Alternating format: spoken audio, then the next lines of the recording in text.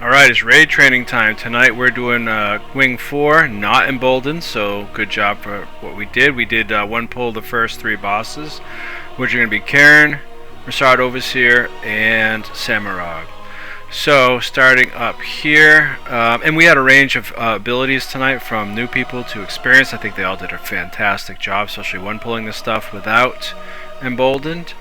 And I had to turn my graphics up because without my other graphics thing you've seen in other videos are so low, I couldn't even see the definition of the circle on the floor here. So first thing we're going to do is talk about mechanics, and I'm figuring out how to use markers again. So you see that circle in the middle? What you want to do is stay stacked inside it. You want to stay on arrow right there. See me on arrow? That's where you're going to stack the whole time unless you get this mechanic called agony. Every 30 seconds, the player furthest from the boss gets a red ring around them called agony. If you overstack that or overlap that with another actual player's tune, they get agony. Other mechanics to look out for are when every 4 seconds or so there can be rips of these jagged holes in the platform.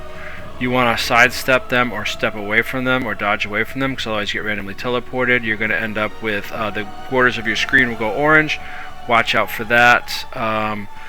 Other things are greens. If there are different size greens, you always want to go to the smallest one. You have a special action right there above your bar.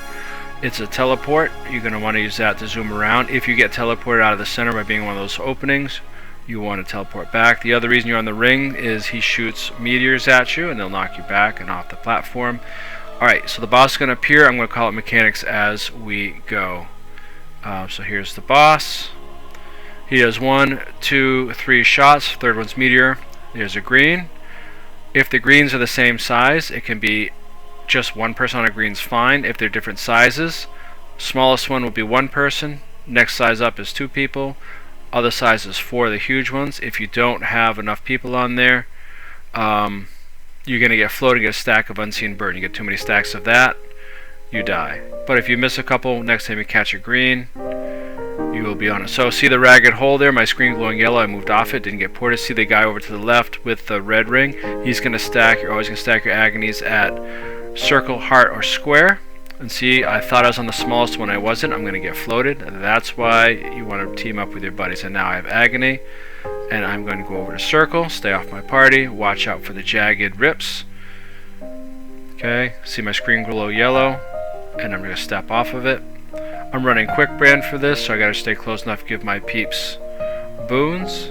DPS is pretty good on this, especially since we had some new peeps. Okay, so I'm going to go to the smallest circle here. The other guy's going to double up. Usually you want to go for the smallest, or if it's a bunch of people stacking on it, you want to have them go on, the medium circle's fine. And I'm going to try to stay away from other guys so we don't overlap agony. See that guy behind me moving slowly? He missed a couple greens. That's what happens. You just move slow with unseen burden. Okay, I'm going to look around. You have time. Port to the smallest one. You typically don't want to overlap here, but you can see we managed to heal through it and be okay. Well, except for that guy's down, but they'll get him up. But that's why you don't want to overlap. The other thing you watch out for, don't use skills that reflect when you're on the boss in the circle, because the meteors will reflect inward. So you see how he's zooming around. This is another mechanic he does. This one, see how the greens are the same size? You can be one person per green no matter. Sometimes they vary in size, and that's okay. I no longer have agony. I'm going to res my person, watching out for the rip. I'm going to stack at arrow. Now I move to the smallest. See, I look for the smallest green, and you're fine. And you have time, if you're aware of the mechanics, you have plenty of time to get the green, but when you're new at this, there's a panic trying to find the green, the right size green. It can get harder. I was going to res this guy, but actually I did manage to res this guy. Okay, so he's zooming again, and when he zooms, don't be in his pathway, so he knocks you back, and sometimes he doubles back. Okay, so I've got him here. We're going to come back down. He's low on health. At 10% health, the other mechanic he didn't get to is from that circle outward, he sends an earthquake kind of thing that pushes you back. And this last one he'd started, he's going to slam his arm down, and you count to 2, and then you dodge, but we killed him first. So that was the first boss. I didn't get enough time to do. I'm doing a voiceover for mechanics, so I didn't give myself enough lead time when I started the record on the video. But I usually give a brain dump, and then as we go, I will make callouts, and it makes more sense and it's easier. I'll try and do the next boss like I normally would. I just don't like to record in Discord because other players are talking and they probably don't want to be heard. Anyway, great job everyone. That was a wonderfully run Cairn. Let's go to the next boss. Okay, second boss, Mursat Overseer. This one, you see claim, dispel, and protect on the floor. We'll talk about those in a second. This is like fighting a DPS golem, okay? So the first mechanic here, you see those orange grids? They do damage, so you want to stay off of those. And where claim comes in, that mechanic, the person who has claim can use a special action skill, which will turn those orange grids that do damage like that into gray ones like this that don't do damage. See the holes in the floor, those little holes? Every so often, ghostly spikes will appear there and give you about 3 to 5 seconds to move on to one of the grids that does not have that animation, because those spikes will come up, and if you're caught there, automatic death. So that's the other part, is the claim is going to move the boss onto those grids so the players can follow, keep DPSing, and not worry about that. Okay, so this is kind of like a chessboard. So then there's protect. What protect does is it'll mitigate all, or make you invulnerable to all damage for like 3 to 5 seconds, and then dispel. Periodically, these chess pieces that come down, you use to take the shield off of them, and they'll talk more about it. So you see where I'm doing arrows down there? There are going to be 4 chess pieces. They're jade armors that will advance slowly across the board towards us. They move in a straight line, and when they hit any grid, they turn it like that one. It'll turn it from gray to orange, make it do damage. So claim has to minimize that. Those jade armors can be damaged down to 0 health, and what they do is they just go dormant for a time. But if they don't get DPS down, they're going to go all the way to the end behind me, to the other side, and they can be promoted to queens. And instead of moving in a straight line, they're all going to move towards the person that has protect. Okay, and there's some fancy things you can do later with protect to do that, but for this one, because it's new, we don't get into that. But that's who they focus on, and they move in a straight line, again turning any gray grids orange. So claim has to kind of plan that when they do that. I'm not claiming for this fight, so we're not going to talk about the special ways to do that mechanic, but that's okay. That might be in a separate video.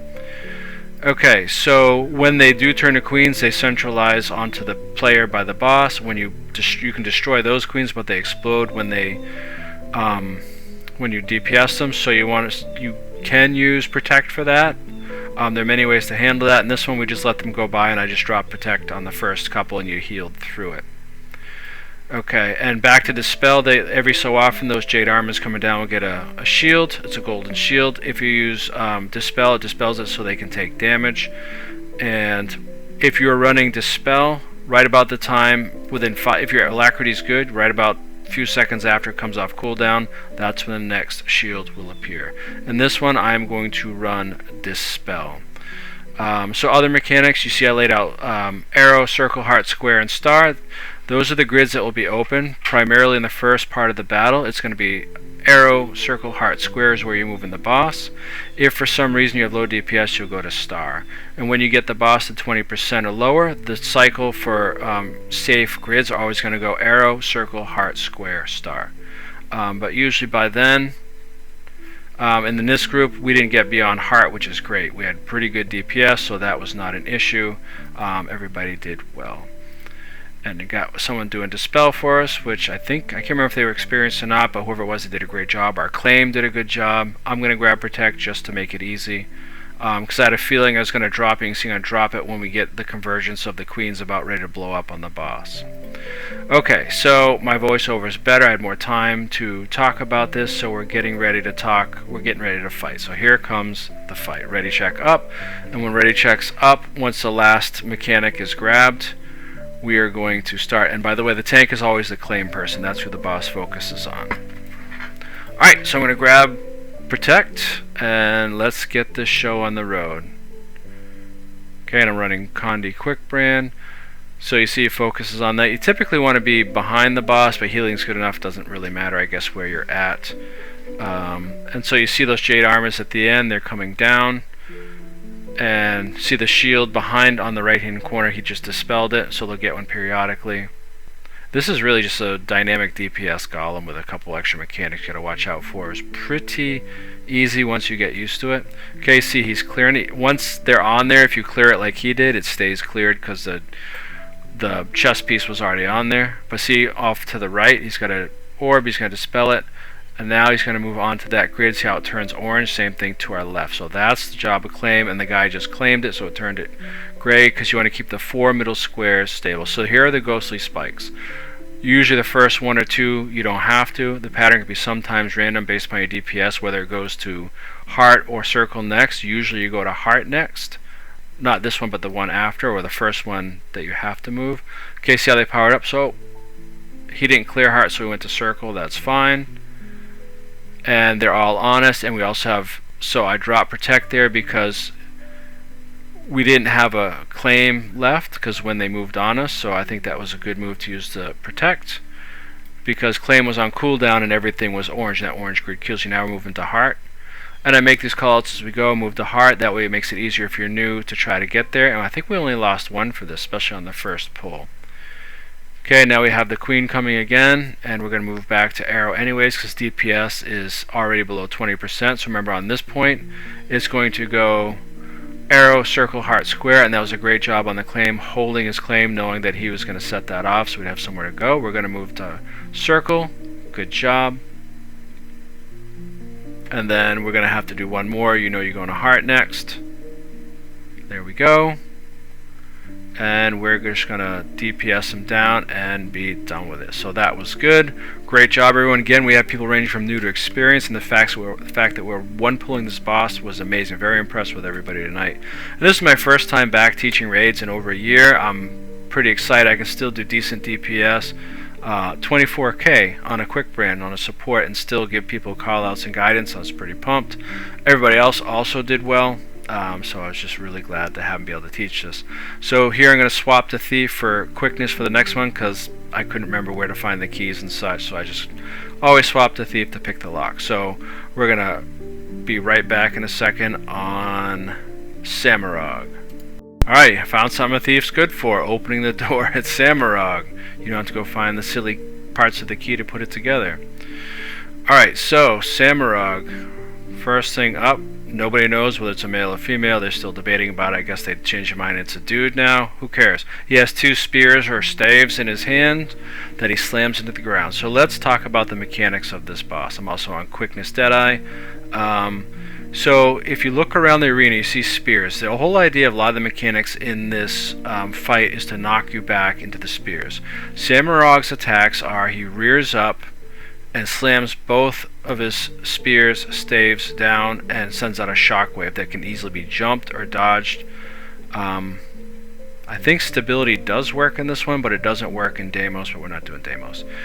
On this video anyway. The other attack he does is big haymaker where he swipes over one way and then backhands the other way. If you hit by that, you get knocked back. So you see arrow in the middle.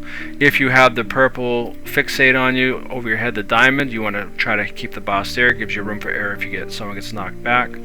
At first, the way the tanking mechanic works, the closest person to the boss when we start the fight gets the fixate, becomes a tank, and then after that, it's always going to be the furthest player from the boss after the CC phase. And what is the CC phase? Every 10% of health, the boss will take the fixate, hop on them, and start beating the snot out of them. And so your job is to CC the boss, and also healers keep them healed while they CC. This is not really typically a good Condi boss, although it still works because after you clear the CC, or when he goes into that CC mode, all the Condis drop off until you break his bar. So they don't stay. But Condi's still decent. But typically most people run power on this. Anyway, after that, the other thing he does is periodically will spawn big spikes that stick up with a red ring around them in the arena. If you happen to enter that red area, you get taunted and feared at the same time. At 66%, he runs into that area behind him, and he gets an orange dome that protects him, and then 2 of his lackeys come out, an ogre and a human.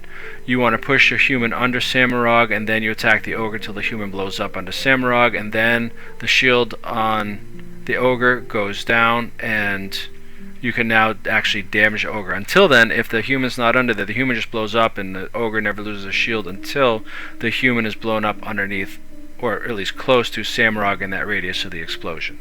After you kill the ogre, you let the human come out, and then you kill him, and then next round starts. The only new mechanic in the second phase is Friends mechanic. One person gets an large orange AoE under them, the other one gets a small green one. Orange person, if that's you, move off a party, preferably off behind Sammarog. And if you see the orange one or you're not orange, wiggle your tune around, look to see if there's a little green circle. If you have that, you're going to stand right on that other player, and you guys get a buff. If you don't make it in time, you both get downed or close to down. And if you don't move the orange circle off the party, they also take a lot of damage. And then that's the only new mechanic. Same thing as before. Every 10% break, down to 33%, starts the third phase. Same as before as well. You still have the Friends mechanic, by the way, through the rest of the fight. You knock the human underneath, Sammarog, kill the ogre, human comes out. The next round, the only extra mechanic he gets is just straight up. He raises his staff or spear high up and slams it down in front of him, easy to avoid. Comes out, Friends mechanics continue. Every 10% CC continues. And then you just get him down to 0 health and you're done. The other thing I forgot to mention is all these bosses have a timer. If you take too long to kill the boss, they get an enraged timer, which is then basically going to wipe anyway. Alright, so this is how I run my raids. I do a brain dump like that, and then I do callouts as we go, okay? And I'm going to try and get his voiceover, so I'm going to try and simulate the callouts so you see how it makes sense. And hopefully, even if you're not doing, obviously, a raid with me, this will help you learn and see how this stuff works. Alright, let's get ready to get started. We're going to ready check up. And as soon as everybody ready checks, you want to run out in any guild. The signal that you're ready is you run out, because if you take too long, when that closes behind you, you get caught in the spear wall and die. So we'll go right out. I think I got the fixate. So I'm going to stay close on arrow. I realized just now I got it. And you're going to jump or dodge right there. Okay, the other thing too, if you're fixate, when he rears up like that, he's smacking you with his hands. He's got like a couple other arms. So you can move anywhere off him. You can move on to your party. I just moved back. And there's that spear spawning. Ooh, and he got him to 10%. So now they're beating the crap out of, or he's beating the crap out of me. And now it's up to my peeps to save me. And they did a great job with CC in this fight. Now I'm no longer fixate. It was a person that furthest away. So get ready. You're going to jump and dodge now. Whee! Once you figure it out, it's actually not that hard. Stay behind him. That's why you stay behind the boss, because then you don't have to worry about that action of him with any kind of mechanics, haymakers, and damage. Okay, get ready. Jump, dodge. Whee! Good. Okay, we're going to CC, and I've got point blank shot, or headshot, which is great, and I've got skill. My elite also does CC. Jump or dodge. I will be honest, I don't have heavy CC on this build. Normally I would have run my my guardian for this, but I need a thief to open the door. Okay, so now again you're going to CC. Headshot. Good. So far we're doing well. And now we're at 66%. Don't be in his way when he charges to the back of the room. And see that circle marker? That's where you stack when the 2 ads come out.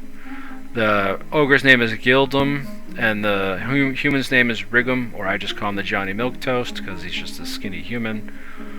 And we're going to knock him back. Used to be you'd have a ranger that would usually make have a ranger like a heal druid that they can just knock him back and use entangle. But now anybody can knock back or fear back or anything like that. And so it takes us a little while to get it going, but you can see how he spawns different things, and every time you get the ogre down, as you're fighting the ogre with a shield, it's a human that loses health. So he watches the human's health bar go down, and then he's going to explode. And he already did, so now you see the shield dropped off the ogre, and we're just going to kill him. The reason we want to stack on circles because they both fixate on someone, including the human. Now if you're running around, it's harder to push a human back when he's out in the middle of the arena, so you want to, that's why we stack there. and you're gonna see he's gonna blow up. Shield's gone, and once you get the ogre below like 20% health or so, whatever, the shield doesn't really come back, so that you can let the human come out, especially if your DPS is good. And DPS drives everything. Higher DPS, less mechanics you gotta deal with, more likely you succeed. It's not just for the glory of saying I can speed run this, it just makes it easier. And for this one, I didn't talk to anybody about builds. They brought their own builds. Some probably using raid builds off meta, battle, or snow crows, which is ideal, but especially with emboldened, I don't really focus too much on builds. Oh, and they made the friends mechanics. You see that? Orange, a little bit in front of the boss, but they got out to a good spot, and the green realized they need to be there. For the most part, I don't think we missed many friends mechanics, especially this being a first time for some peeps, so that was good. So, okay, CC. Okay, friends, good. You see the orange moving off. Green, I think, saw it and moved over there. Okay, and they did the right thing moving off side, but the boss had turned, which happens. Okay. So, have the haymaker. Okay, here comes, oh, he's going to do the slam, but now we got a CC. Friends mechanic. Okay, they're going to move off to the side. Good job. Oh, green got lost. He followed it and then missed it, but that person didn't go down, so we're lucky. Okay, get ready to jump or dodge. Boom. See that animation? Just when he takes his time shimmying up, then dropping it down. It's usually followed by his haymakers. He just likes to knock people back. This guy should be in world versus world or PvP or something. Alright, so orange, green, gonna go, good. And now we CC the boss. Great job. CC's been really good in this. Okay, rearing up, so you know it's coming. Shockwave, jump or dodge. And I'm gonna get behind him. And those can be dodged, the haymakers. Okay, see, I have green. My friend has the orange, and he's also phasing, so that was perfect. That was an easy one for me to get and not mess it up, because I was out in the open where I could see the green. But a lot of times I'll just wiggle my tune around and see if the circle moves with me. I don't know, it's me. Alright, we want to stack at circle, so we can bring both of these mini bosses here. Okay, friends, I'm the orange one this time. Move off to the side. Perfect. And this one we had a little bit, this phase, for whatever reason, we just had a harder time getting the human underneath Sammarog and keeping him there, but we did okay. And eventually I figured out my axe skill 3, even though I don't want to waste DPS on Rigum, the human yet, because Ogre's still alive. It does do a immobilize, so I was kind of throwing those at him, although some conditions, or most, or maybe even all, if you do them on the ogre, transfer to the human, but I didn't want to take chances, so I just would move it to there. But my DPS wasn't the best, could have been better, and that's something I need to work on. Again, we had friends. Okay, you want to stay off those AoEs that he drops real quick. Okay, I had someone running around, he was worried about dying, which I appreciate, and then I just remind him that you can trust your healers in this. We got lucky that it was low enough that Guildham died anyway, so it wasn't a critical thing anyways. But that was his first time doing this, and I thought he did really well. They all did. I'm very impressed with my team, and thank you for those that were also, the new people that came, and also the experience that came as well. It makes it easier. You're going to jump or dodge, because again, we didn't do this with a Embolden. That's usually where I run a training on, but it happened on Wing 8 this week, and I'm not going to start new people on a Wing 8. Okay, CC time. And we got it. If you don't CC him in time, that guy dies. You got friends mechanic as well. And I think this is where we got a couple people knocked in. One person got knocked into the spear wall. It happens.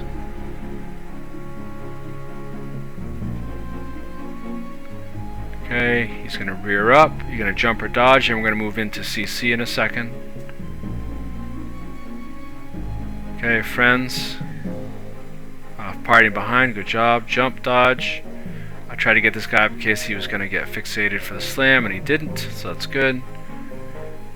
And I think we didn't get this guy. Maybe we did. We lose another person coming up, and I don't remember what happened. Or maybe we only lost 2. Sorry, my memory's not what it used to be. Alright, so another haymaker. Friends mechanic as well. they didn't quite make it. That's okay, it happens. Okay, the other thing, if you take a long time, the spears come rushing. On dodge just as they come towards them. Jump or dodge right there. So we actually only ended up losing, looks like 2. Great, jump or dodge. And see how they got knocked back, but they didn't hit the spikes. That's why we stay kind of in the center of the arena. Okay, this guy's at 10%. And what some people do in more advanced groups, you got enough peeps, they just GG here to speed along the process, because then it counts as he's done. And I think that's what they did, actually, because they went down suddenly. So thank you. Alright, this last 10%, it's the same as before. I'm fixate, so I gotta move, jump, or dodge.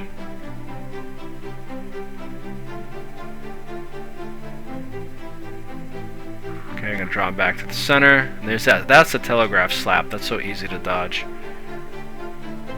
So he rears up for both. If it's both spears, it's a shockwave like that. If it's one, he's just gonna slam in front of him. Just don't be standing there. And my man is toast. Another good run. Thank you to all that came. Again, impressed with how well they did. Hopefully, if this is someone that's watching this for the first time, hopefully you find this helpful with the call-outs and description. I know I do a mesmerizing brain dump at the start, but it makes more sense when you have that upfront information and then the call-outs. Call-outs, I believe, are critical, and I think they really are instrumental in success. Either way, I hope this was helpful. Hope you enjoyed watching this as much as I did playing it, and have a most excellent day.